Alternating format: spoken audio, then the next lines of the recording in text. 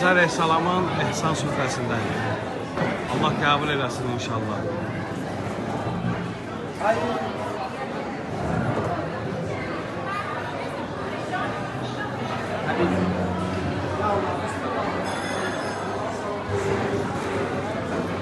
Değerli zəvvallarımız, İmamımız Əleyhisselamın ehsan süfrəsindədir.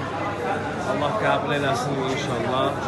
Hal-hazırda gəlirik Hz. İmamımız Əleyhisselamın ehsanından yeməyə.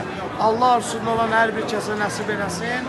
Həmd olsun aləmlərin Rəbbinə. Allah İmam Rızadan da razı olsun ki, ikinci dəfədir bizə layiq görür ki, bu 4 gün içində bir məşəd turunda ikinci dəfə ehsan süfrəsi. Allah hər birimizdən razı olsun.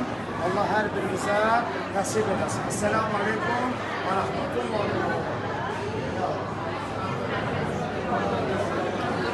Allah kabul etsin.